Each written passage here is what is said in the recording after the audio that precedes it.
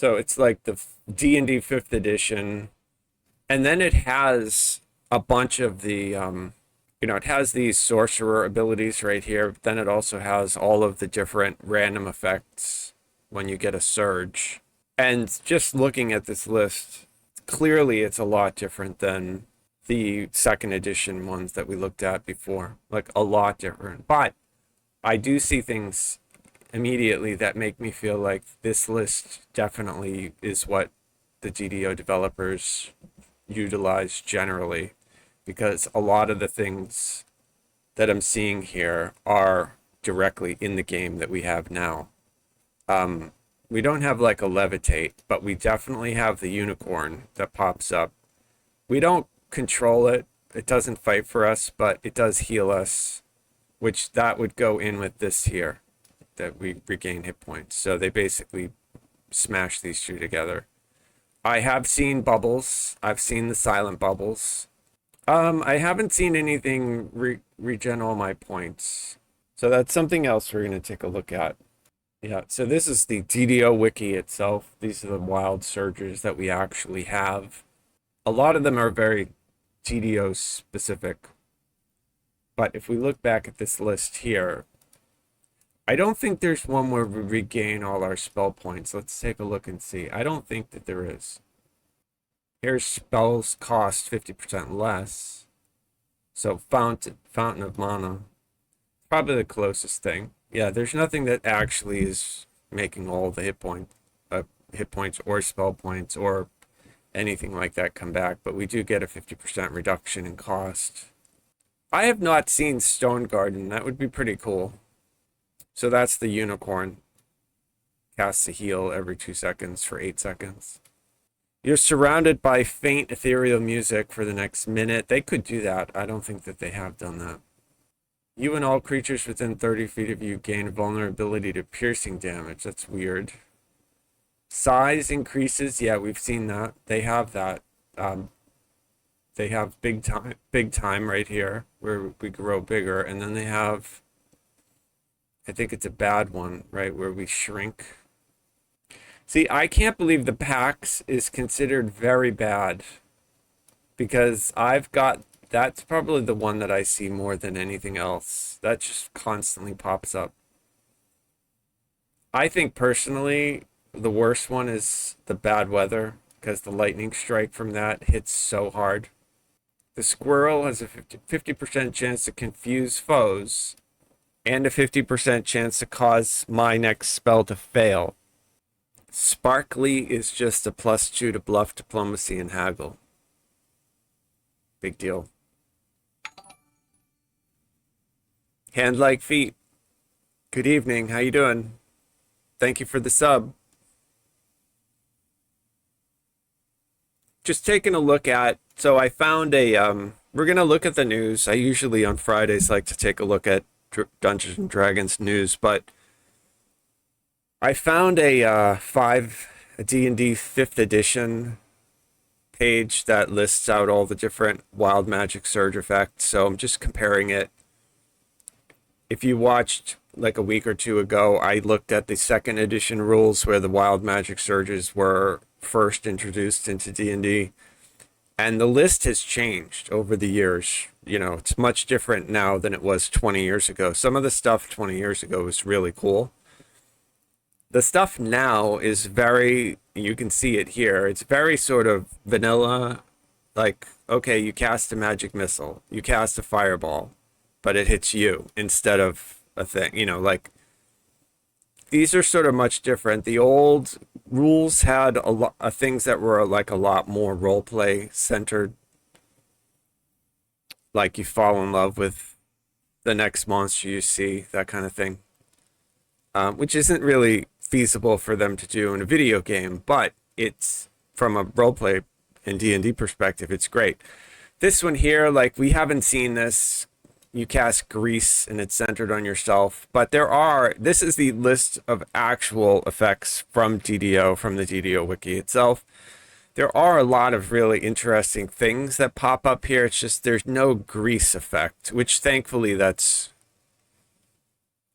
good. Grease is annoying in TDO. I mean, if you have freedom of movement, you don't have to worry about it. But okay, your skin changes color. You can remove curse to get this off. It turns to blue. That wouldn't be bad. They could actually do that in DDO.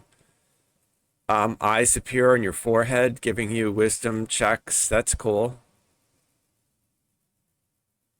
See, I mean, if I were going to DM a tabletop roleplay where I had a wild magic sorcerer, I would probably use the second edition rules that I looked in for the surges as opposed to using this, or I would actually adapt the surges that they put in DDO to my game, because I think some of these are pretty cool. I don't like all of them, but some of them are pretty neat, and then the old second edition are pretty neat. I'm not really that excited by this 5th edition list here. Now, I don't know if this is being updated in the books that are being released now, and that's sort of picks up into this news. Like, the new books are coming out. I think we can get them early, they're saying here, and I think that that is, if we look, this story's from the end of June. I know the books are released in October. Access to these new books, it looks like you can pay to get them earlier in like September. So you can get them based on different tiers of membership to like D&D Beyond, or pre-order bonuses probably at Wizards of the Coast. September, October, and then the Monster Manual comes out in February. And I know that from this story here, they're also doing, not that this matters to us, but it will matter to us because DDO is like a home brew of all the D&D stuff that exists. They get their Dungeons & Dragons license from Wizards of the Coast and Hasbro. So a lot of the decisions that Hasbro and Wizards of the Coast make will affect our game. Maybe not directly immediately, but eventually, especially for any new content. And the new source books are changing a lot of stuff. So like, I'm kind of curious. I'd like to take a look at them. They're using all new artwork, and we can see an example of that here, the artwork style here. Now, I'm not a huge fan of this art style. It's pretty cool. Like, it's pretty cool, but if you compare that to like some of the original art from the 1970s and 80s, I use a lot of that on my YouTube channel because I really like it. I think that old art is just way cooler.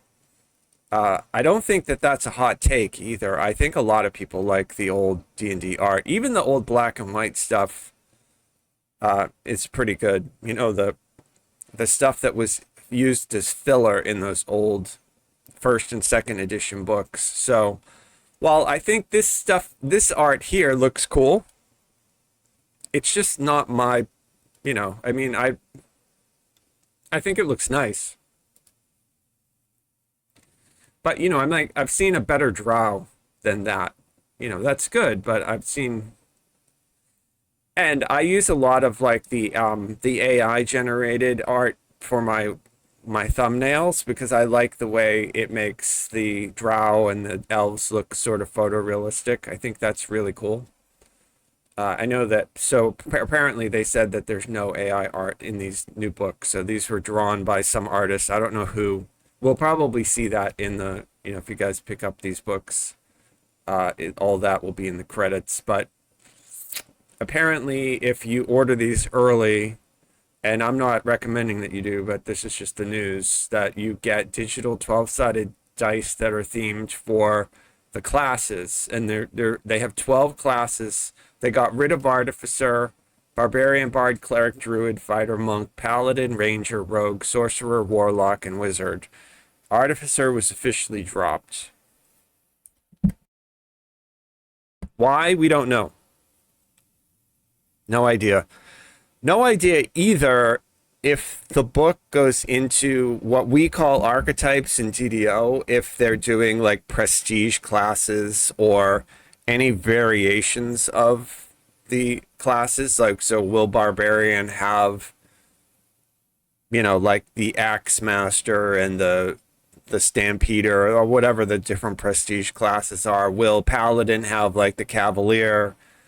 I mean, obviously, if you're playing a TTRPG, you can homebrew and make whatever rules you want, and you can, mix and match with different rule books. But it would be nice, like if there were different variants of the Druid, for example, like the Wild Shifter Druid, and then the Spellcaster Nuker, sort of like Weather Master Druid. Cleric's the same thing. Is there like the Temple Keeper, and then is there the what we have in DDO called the Apostate, like the cleric that's sort of gone to the dark side. Bards, we all know, like that's is it going to be like a melee bard like we have, or caster bard, or the storm bard? There's just so many different things. Monk, what are they going to do with monk? And will these monk updates in these new books be anything that they can use to update our monk? Because our monk in DDO really needs to get refreshed. There's still some really good gameplay in the monk, but it's not like it used to be, 12 years ago when it first came out and I mained a monk. They used to be like phenomenal. This is before they added PRR and MRR, so the armor was different. They weren't as squishy, and also their open hand fighting got nerfed. You know what I mean? So it used to be a lot better.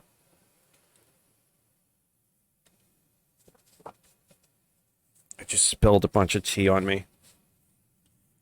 Ranger is another thing, like I always think when I think Ranger, I think Aragorn, right? But, there's a lot of different variants on Ranger. There could be a scout, and there could be, like a warrior wannabe. Rogue's another one that could have a bunch of different, you could have a ranged, or you can have an assassin like we have in DDO. So it's interesting to see, will the player's handbook have for sorcerer wild magic? Will it have all that built in? What did they do with the warlock? How did they treat the eldritch blasts? I know that they gave warlocks more spells. I'm curious to see. And then wizard is another one. Like, did they enhance Eldritch Knight at all? Did they do anything to Pale Master? Like, be interesting to see what they do. So I'll probably end up checking out the player's handbook. I don't really care about the digital dice though. But it looks like, yeah, and then they're adding changes inspired by Baldur's Gate. So it looks like, yeah, if you buy through their store, you get those digital dice. I think it's cool if you play pen and paper.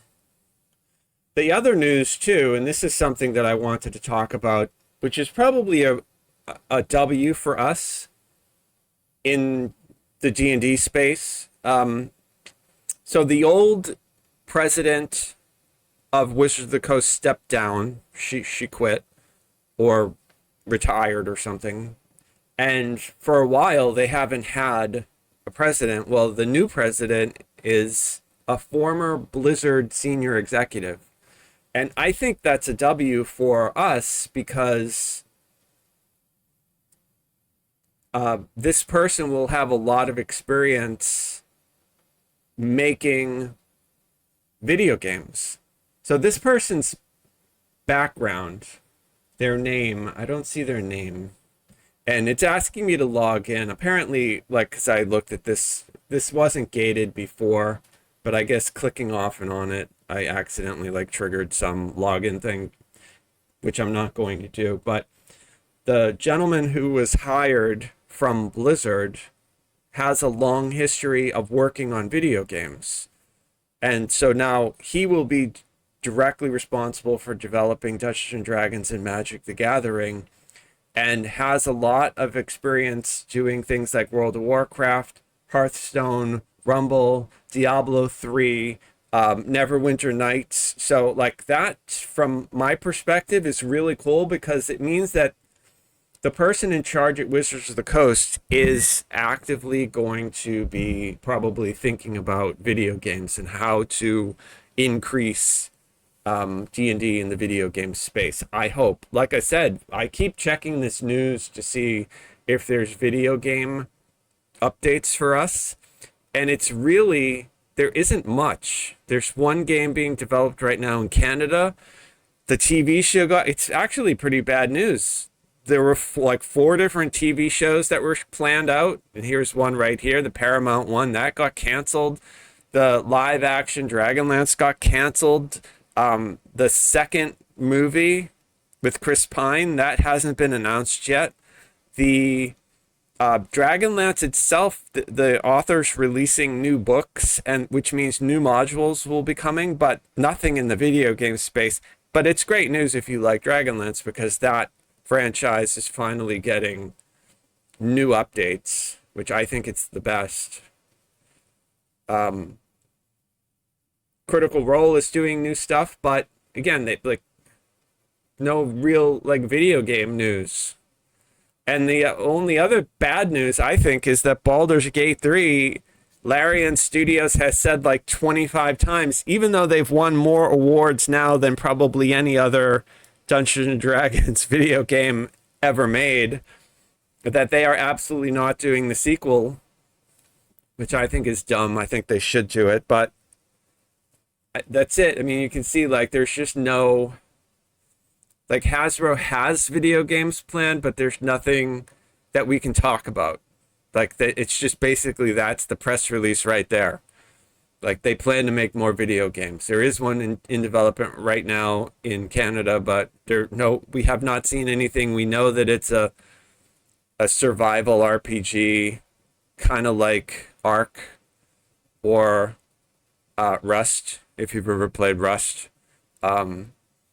Completely different than what we play now on GDO. You know, GDO is an MMO, right? A live service MMO. So there's no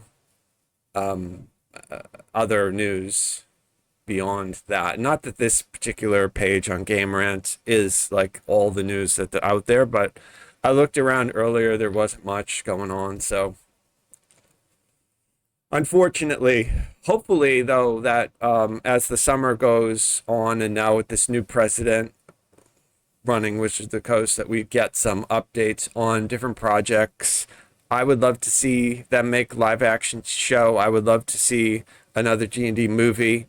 I think that for the next movie, what they need to do is get people who actually play D&D to write the script, or at least to consult. Like, I think Matthew Mercer from Critical Role should be hired as a consultant on the next D&D movie that they make. I mean, it's just my opinion, but like the one issue that I had with the D&D movie that came out, I didn't think it was very good, and it wasn't because the acting wasn't good or it didn't look good. It looked beautiful. I liked a lot of the elements of it, but the story and the characters felt like they weren't written for or by people who knew the game at all. So a great example of what I'm talking about is the female lead opposite Chris Pine was a warrior of some kind. I don't know if she was a barbarian or a fighter, and they never actually say it. Like, we knew he was a bard. We knew that the kid was a wild mage sorcerer. We knew that tiefling was a druid, but I couldn't tell you because she never actually like went into a rage. I'm assuming she was a barbarian because she came from a tribe, but that's a stretch. Like, so I shouldn't have to guess. Like, if they're making D&D, the crowd that they're making a D&D movie for are going to be D&D players, and so players want to know that kind of stuff. So I actually think they should have had like player cards at the beginning of the movie, so you could actually see, you know, what like they were, what their stats were, you know, like their main stat, so we could actually see that, because, you know, players like that kind of stuff. My opinion. If they let me make the movie, that's what I would have done.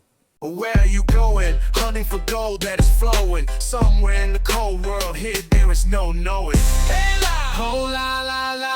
We love the bears, standing stone. Let's make camp. We love games, Let's make camp and play more games. Hey la, oh la la, we love games. Let's stand in stone, let's make camp. We love games. Let's make camp and play more games. Hey la, oh la la, we love games. Where are you going? There's no knowing what magic awaits, what evil is growing. Hey la, oh la la, we love games. There's a standing stone, let's make camp. We love games. Oh la la, hunting old crypts is folly. Just play games and be jolly. Magical treasures hide in the dark, so rest in it and bark.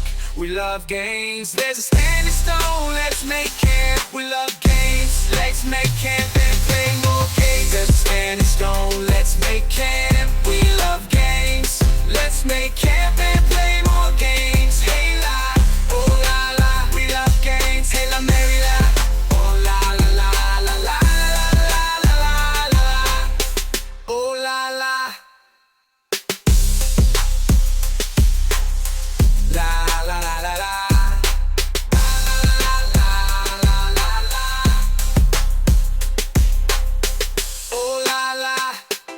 La la la la.